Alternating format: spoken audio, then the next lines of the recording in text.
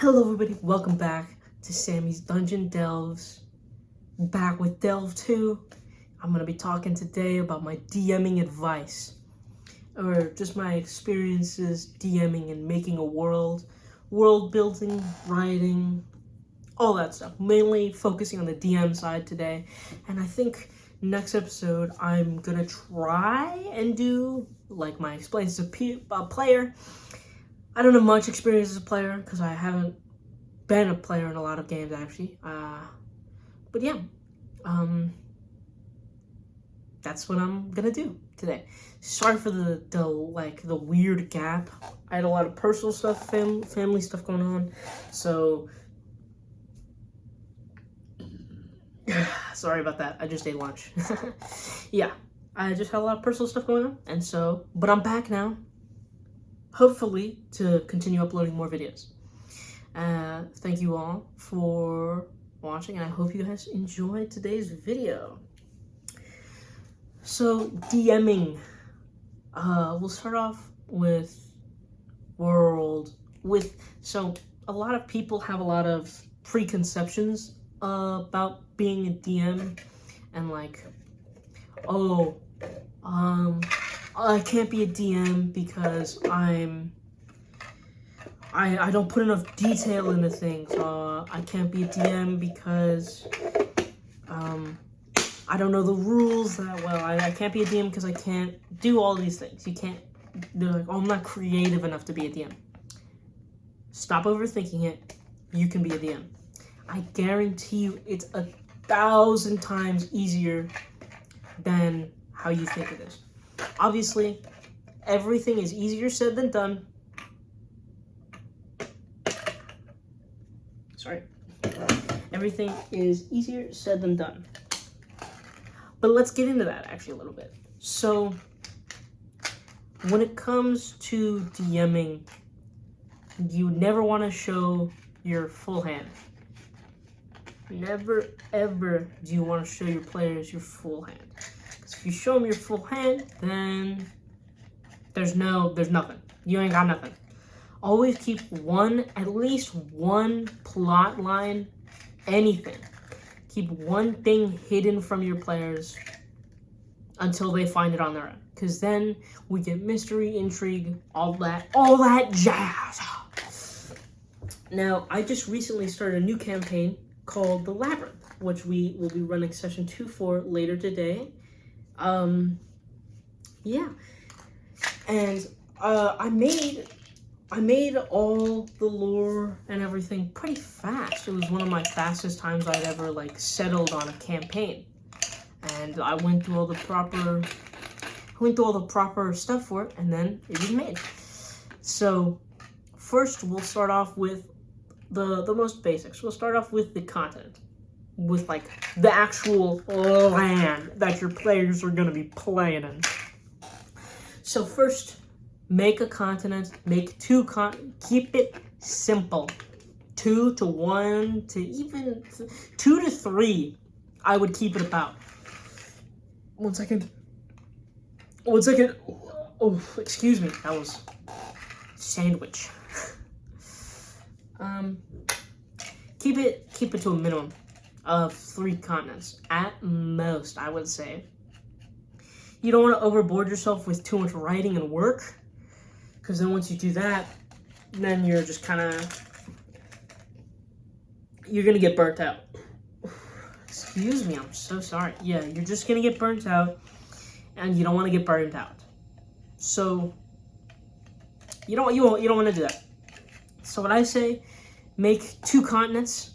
Go on, find the name generator, generate the names of these 2 continents, then decide climate-wise, write a sentence or 2 based on their climate, and what kind of land they are. Sorry if you can hear dice, I'm messing with my dice tower stuff. Yeah, write down 2 sentences on each continent, on their land, what they do. Then we're gonna go to government. Then we go to government. Every civilization needs a governing system, a governing body. I normally go for the most simple, a monarchy. You can never go wrong with a king. You can, but depending on your system, depending on your setting, go with what you think will work for you. So in the Labyrinth, I have a monarchy with one king, and he's got his 4 vassals that rule with him and help him rule over this kingdom.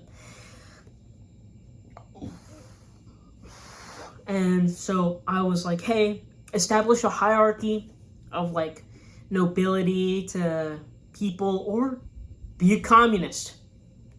It's whatever you want to do, bucko. And so, sorry about that. And so, yeah, make what you think will be good. Or keep it simple. You don't have to go into too much history. Make like some major events. Have a date for like when the kingdom was made, and like the current date of the campaign, maybe. Yeah. But even that's not necessary. Having a governing body will make your game easier, because you'll be like, oh, because then you can have things against the law, you can have different nations, you can do all sorts of things. For this campaign I'm running, I'm keeping it simple. One kingdom, big, super massive continent, like huge continent, but not too big government. So a lot of the continent's unexplored. So yeah, you make the kingdom, get a simple hierarchy set up, and then hopefully at this point you know what your campaign will be about. Like with the Labyrinth, it's about a labyrinth made by the gods.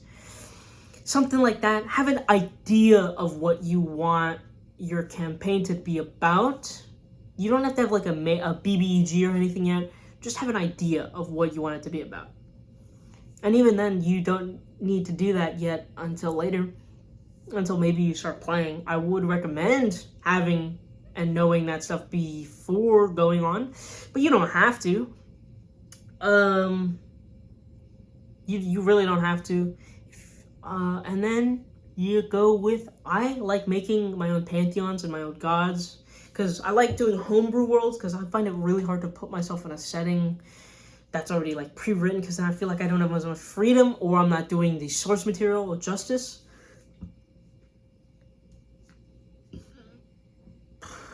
So sorry about that, excuse me.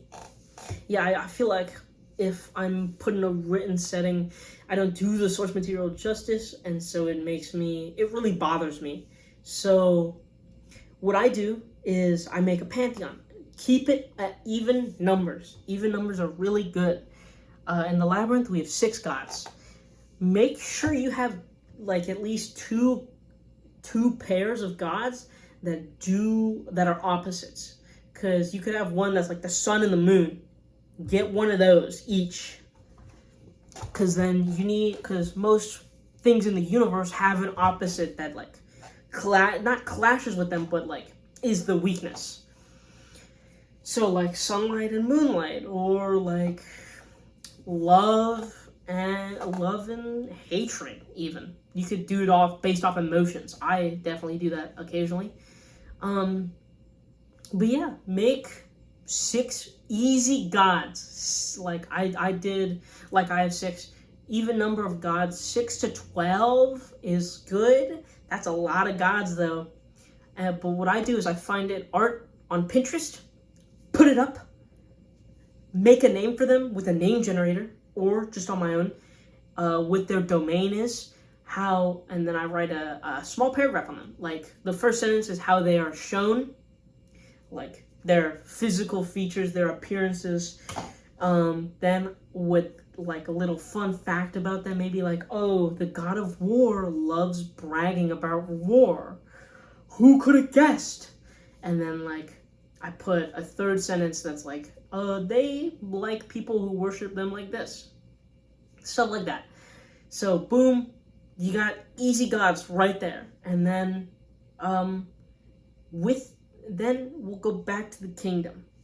Backflip, backflip, backflip, dodge roll, dodge roll, Korean backdash. Korean backdash. Anyways. you go back,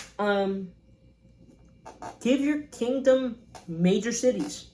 Make one a capital, make one a trade hub, and make one like a manufacturing city. So I have, in the Labyrinth, I have 2 major cities right now. The capital and the trade hub. And you don't have to do this, but I like having 2 major cities and then just be like, yeah, there's a bunch of small villages around these cities and around the borders, all within their land. And so you can put these then hopefully by this point, you're done.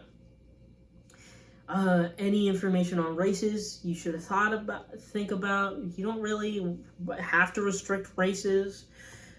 But at that point, your world is ready. Anything extra you want to set up, like for like the BBEG or like the gods or anything, you can set that up. But for the most part, you have the bare essentials, and you can run a game on that. I am running a game basically on what I've just told you, and that's not that much. It took me 2-3 hours, maybe, even if, and that was just like thinking of things and then writing stuff down and then finding the art and then all that stuff.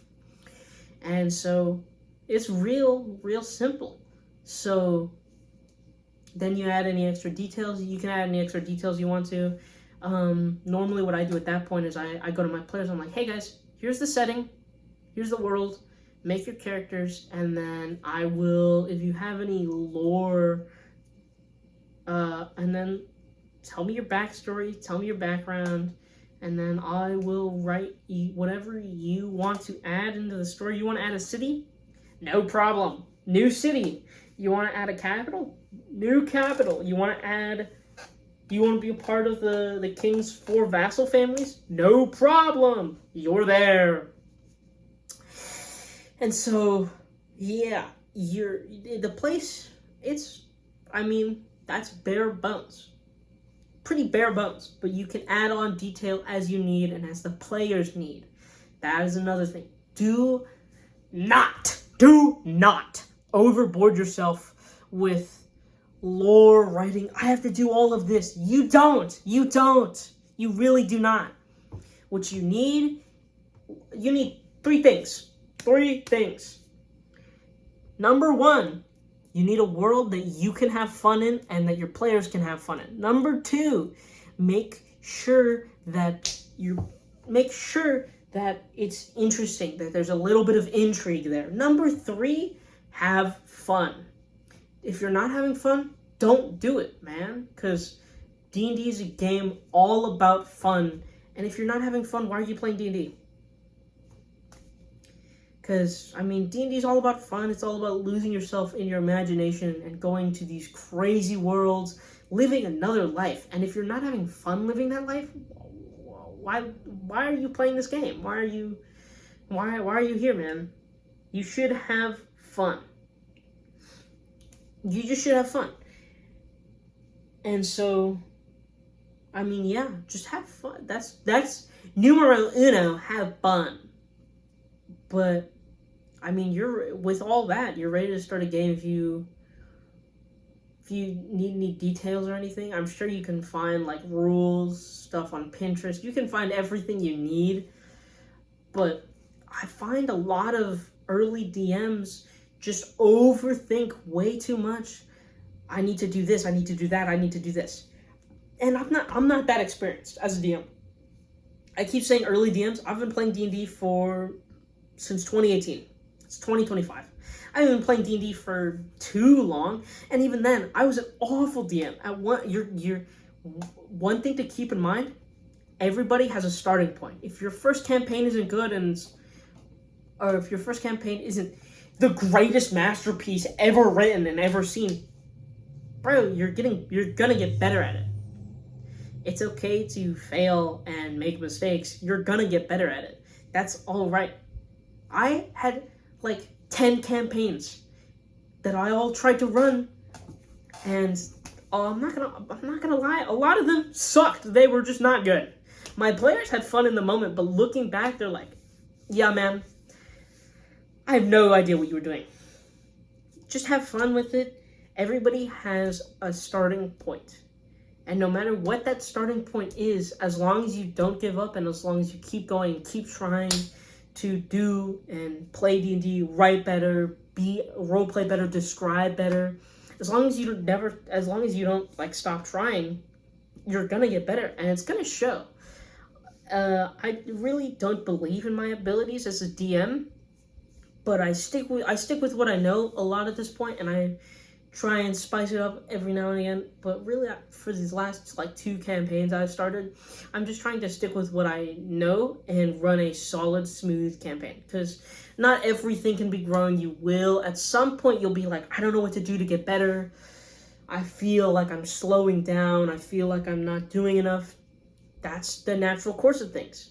You're gonna suck when you start. You're gonna be okay, and then you're gonna be okay to mid at best, going through this like middle section where you're getting better and better every campaign, and at some point you're gonna find your way to run games, and you're just gonna want to stick with it, and that's good. You should stick with it because what you know is what works for you, and that's what's good. Your players, hopefully at this point you have like players who will enjoy your style of DMing, everything that you do. I mean, realistically, that's just life. But I'm not here to spew life lessons at you. I mean, you can take it as a life lesson if you want. I wouldn't recommend it. I'm 18 and don't have much life experience. I have a little bit of life experience, but not much really. But those are the basic, what I talked about with the continent, the kingdom, and the gods is what I normally basically start with. And I let my players add fuels to the flame with inspiration. I use their creativity to help boost my creativity and make the game fun and better. This is all advice that's worked for me and I think one of my friends. But I mean, like, it might not work for you. It genuinely might not work for you. That's okay. I mean, every DM, everybody has their own play style. Everybody has their own way to do things. This is what I do and what I have found is helpful. You can break this. You can throw this video to the side after watching it and be like, that guy sucks. He has no idea what he's talking about. And I will be like, all right, man. Good for you. I have my DMing style. You have yours. It's no problem. I probably won't play in your... I might play in your game. I don't know. I really don't know. It's just, this is just what has helped me and advice that I've given to my friends. And it seems to have helped them run their campaigns. It's just a big puzzle that you gotta make. You set up the border. You find the corner pieces. Then you set up like half the border. No. I don't know what I'm talking about. You make the corner pieces, then you find the border pieces, so you have the border, and then you plop a few points in the middle, and then your players begin to fill in the stuff. And as they fill in, you fill in other pieces until you get the complete picture. And you don't need to know everything about the continent. Like, you don't need to know all the history. You don't need to know all that. You'll find it when you find it. And when the players start getting close and look like they're going to go that direction, then you write that stuff. And then your players can turn around and be like, all right, we're actually going to do something different. And then you can be like, well, all that lore I've written has just gone to waste. It hasn't gone to waste. Don't forget about that lore. Don't forget about it. Keep those notes. But now that part of the world has lore written about it that you don't have to write later when they come back. It's really easy to get lost in the fact of like, oh, my players are not doing what I want them to. They aren't playing how I thought they would. They're making different decisions how I thought they would. They're not reading the lore as much as I thought they would. Adapt to your player's playstyle. If they don't much like lore, make little bits of like cool. Add a little bit of lore but focus on what they like. And as long as they enjoy the game, that's all that matters. It might not be the kind of game you want to run. And if it's not the game you kind of... Ooh, excuse me. If it's not the game you want to run, then don't run it, man. I mean, be like, hey, guys, this isn't the kind of game I thought I was going to be running. I was looking for a more lore-focused game to run. If you guys want, I can start another campaign that is what you guys are looking for, but this one I prefer to be a little more this style. If your players don't, like, agree with that, I mean, then find more players. And I know that's everything I'm saying is obviously easier said than done. And everything gets easier with time, but I mean, this all like I've said a bajillion times. Everything I've said in this video has worked for me personally. This is my experience with DMing and making and writing and world building. I think that's actually where I'm gonna end the video. Not a super long video today. I really just wanted to record a video again because it's been a while and talk about my DMing experience. I think next time I'm going to talk about my player experience, making a character and making backstory, because I see a lot of my players struggle with like making backstories and stuff. But I think a lot of early players have struggles. But I mean, I don't know. I don't know when the next video is coming out. I don't know when this video is coming out. It shouldn't take too long to edit. It's pretty short. It's not as long as my first video.